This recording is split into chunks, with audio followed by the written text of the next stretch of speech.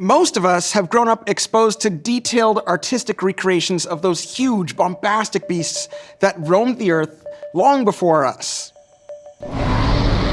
Dinosaurs. Whether it be Jurassic Park, old books, or exhibitions at a museum, most of us accept that these depictions of dinosaurs are, for the most part, accurate. Yeah, but do we actually know what they looked like, or are these completely made up? Rawr! Rawr.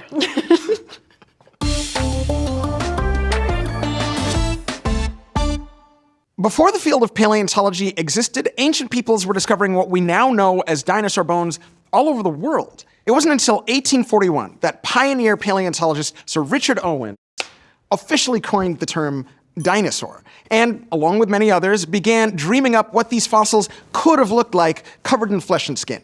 Spoiler alert, they didn't look great. This is the Crystal Palace, the first public exhibition of dinosaurs, which took place in 1854 and was led by none other than our dino expert himself, Sir Richard Owen. And people loved it. If you're thinking, hey, the dinosaurs I grew up with didn't look like this, then trust those instincts. Pioneer paleontologists like Sir Owen were working with extremely limited fossil evidence. This led to the early conception of dinosaurs as a series of large quadrupedal lizards, like this one, the Megalosaurus, which, back then, kind of resembled a hulking, necklace Komodo dragon. But now, close to 200 years later, we think that the Megalosaurus probably looked more like this. When placed side by side, these two almost look like they came from different sides of the planet. But how do we know that our modern-day recreation of this animal is what the Megalosaurus actually looked like? Maybe the reality is just as different as our modern interpretation is to the Crystal Palace Megalosaurus. To be fair, these scientists were pioneers in their field, and so they weren't working with a lot of information. The evidence available to them was far from complete, and the scientific methods of paleontology were still being developed. Between the early 1900s and now, there have been massive developments, discoveries, and controversies in the world of paleontology and paleoart. For example, in the 1970s, we went from thinking of dinosaurs as cold-blooded, tail-dragging lizards to active, warm-blooded ones. Just so you know, the idea that dinosaurs could be warm-blooded was a very big deal and kicked off the dinosaur renaissance. Drawings from this time showed dinosaurs as colorful animals running around without their tails dragging on the ground. The paleoart of the era and Michael Crichton's book inspired Steven Spielberg to create the movie Jurassic Park, which set the public's image of dinosaurs in the dinosaur renaissance. There's a good chance that your perception of dinosaurs is heavily inspired by this era of paleoart. Then, there were the feathers. In 1998, the first image of a non-bird dinosaur with feathers was published, and more dinosaurs with feathers were found across the world. In 2007, a velociraptor was discovered with feathers, breaking the minds of Jurassic Park mega fans everywhere. Soon after, paleo artists started drawing a ton of dinosaurs with feathers, and the dinosaur world was looking like a feathery wonderland. From the Crystal Palace to velociraptors with feathers, clearly figuring out what dinosaurs looked like is pretty difficult. To help us understand this process a bit better, we've brought in paleo artist Henry Sharp. Henry is going to guide us through the process of drawing a dinosaur, using the same kind of evidence used by paleontologists. So Henry, when you look at a skeleton like this, what is the first step when you're trying to draw the dinosaur? So this specimen, we gave it the nickname Havoc. And this dinosaur isn't in the position that it would be in real life, it's in what we call the death pose. So the neck is drawn back, the legs and arms are kind of splayed out. This doesn't look like how an animal should be, walking and moving around. So what we have to do is we have to get the legs under it. We have to maybe tuck the arms in a little bit. We have to get the neck unfolded so the head's a bit horizontal relative to the rest of the spine. And this is how we'd picture an animal kind of walking around on the Cretaceous plain or running through those redwood forests. So the first thing to do with a dinosaur like this is, I'd say, draw its rib cage. Now the rib cage is pretty much just a circle, maybe a bit of an oval, and from that we can draw a long line through it, which will be the spine. Okay, so already, hold up. Yeah. I would only ever start with the head. Okay. Is that a problem? For an animal like this, I'd say so, because for these dinosaurs, so much is about balance. I'll tell you right now that this dinosaur walks on its hind legs. So because of that, we want to build the drawing around kind of where the center of mass should be. How do you know that it would have walked on its hind legs as opposed to, kind of waddle around or maybe even fly? Are those wings? They look kind of like it. It's got very long arms, but at the end of those arms are long, graceful fingers. And unlike the toes on its feet, they don't really look weight-bearing. And we corroborate that by looking at trackways made by similar dinosaurs to this. And they don't show any handprints, it's only footprints. So even though it has hands, long, elegant hands, it wasn't necessarily using them for weight bearing. No, and probably not any weight bearing at all. There are very long claws at the end of these fingers, so we know that they were using them for something. Maybe they were grabbing prey. Okay. Or maybe there were feathers at the end of those arms that were being used for display. When you're drawing a picture of a dinosaur, do you, like me, start with stick figures? Sort of. That's actually a really great way to start. Okay. That's really good. Yeah. You were listening to him. I deal, totally guys. didn't. I started with the rib cage, failed, and then I went to the head. That's fair. That looks, Excuse me. I'm trying to be encouraging. Come on. No, it's not ready. What I can say is you're trying your best.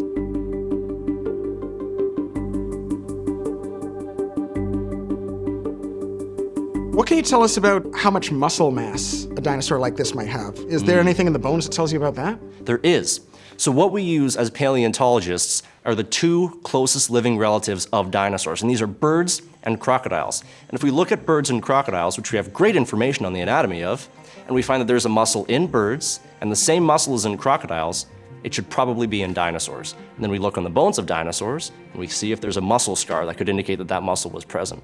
Okay, and so from this one then we can see that this guy was jacked. Pretty much, yeah. Yeah? I mean, those long legs look very skinny, but so do the bones and the legs of any birds. And birds are dinosaurs. They're a really good anatomical model to use.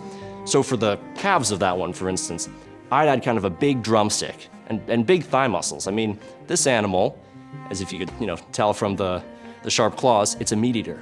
It's got to chase after its prey. So it needs muscles on its leg to help propel that body. So this is where I'm at this point. You can see I've got some decorative ribs here. There's an inexplicable line down the center of its body. I think that was a bone at some point, but I'm just gonna modify that. This is really good. Yeah, well, I saw the little claw, and we know it's a hunter, so I figured I should be ready to, I guess, kick with those, almost the way that an ostrich might, I was thinking. He mentioned big, juicy drumsticks, so I'm trying to do those. I'm gonna try to imagine it as kind of a giant chicken. That's a really good way to approach it, yeah. Okay, Okay, well, now I'm using Yeah. my eraser again. it's a good step. If only I knew how to draw chickens, then I'd be set. So I feel like we've got a lot of options for how we might design our dinosaurs, right? We could add skin, we could add scales, we could add feathers. We've seen animals with all three. How would I know what to put on this one? So it's really incomplete, right, the fossil record? Thankfully, skin often does preserve in dinosaurs. The issue is it doesn't preserve with every species, and for this species, we don't know what the skin looked like. However, we do have skin impressions from the rest of its family. And we know that this family of dinosaurs didn't just have feathers, but their feathers were huge. The feathers along the arms were massive, almost like the wings of modern birds. They're probably large tail feathers as well. And we have fossilized skin from the feet that show that the feet weren't feathered. They had little scales, again, just like a modern bird.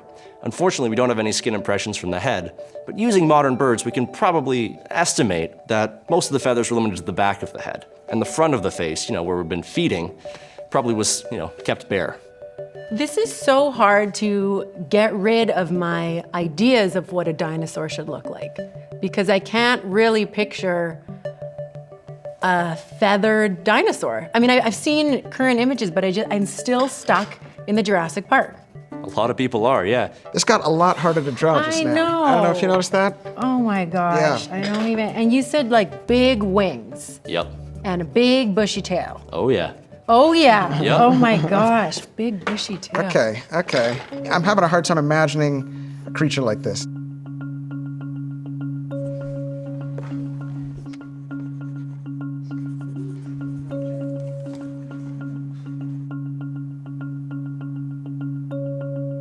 So can you actually scientifically determine what color dinosaurs were? Or are we just guessing? It's tough to figure out what colors dinosaurs were. And what we can say is, because we know this one was probably a predator, predatory animals are typically more drab colored, right? Because they want to camouflage. They don't want the predators to see them. Those flashy birds that we know today are, parrots. Birds of prey, for instance, are typically more drab colored. And I think that's probably a good color palette to use for animals like this. So not hot pink? Probably not hot pink. Noted. Yours looks very kind of thoughtful and drab the way that the hunters would. Mine looks more like a breakfast cereal mascot, I feel like. Well, what's with those colors on the head? Well, I figure they're the kind like the cockatoos have, that they can kind of stand up and then they can fold them down when they're hunting, but then they can, say, oh, hello, ladies, and kind of put that thing up. I think I'm done. Oh my gosh. I think I've done the best that I can do. Let's just see how close what I drew turns out to be to what Henry drew. Okay. Okay. Pen is down. Okay, Henry. I'm hoping you like this. I'm hoping you can be gentle with this. We have just finished our drawings. I want you to take into account that some of us put a lot more creativity into our drawings than others. I'm not going to say who, but... Keep in mind, we have never, ever done paleo art before, okay? Gotcha. Yeah. Be gentle, Yeah. be kind. Here is my drawing. But here's my drawing. Both those drawings were really, really good, especially since you haven't seen this fossil before, and this is, coming at it completely fresh. This is what I drew for drawing Havoc. Oh my God, what? You Wow. just whipped that up? Yep. That is gorgeous. That's really cool. Okay, also you drew 3 for our 1. Yeah. Yeah, I cheated a little bit there. So what's the actual name of this dinosaur? So we've seen Jurassic Park. We know the velociraptors are like one of the most famous dinosaurs ever, but they're only found in Mongolia. This here is the Canadian velociraptor. It's a different species. We call it Saurornitholestes langstoni. It's a really long name, which is why we gave it the name Havoc, short and sweet. But this is the Canadian velociraptor. It's only found here in Canada. Henry, this has been a lot of fun. I feel like I've learned a ton, but I still come back to the first question we started with, which is, do we really know what dinosaurs looked like?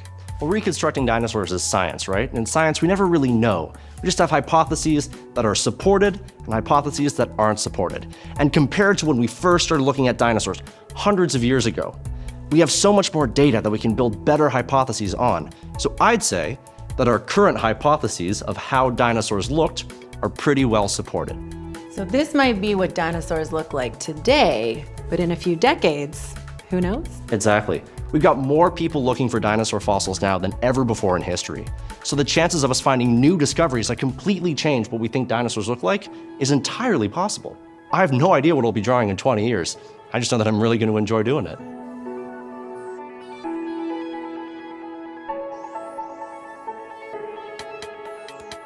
So, do we actually know what dinosaurs looked like? We'll probably never know exactly what they looked like, but hopefully one day we can get really, really close. The incredible thing about paleontology is that we get to watch developments in science happen in real time in a way that is relatively easy to understand. These tweaks and updates to our favorite dinosaurs is part of the process. Who knows what a velociraptor is going to look like 30 years from now? Thanks for watching. Rawr. Rawr. I can't believe this is a job. This is professional. Rawr. Thanks for watching. You like it. Yeah, perfect.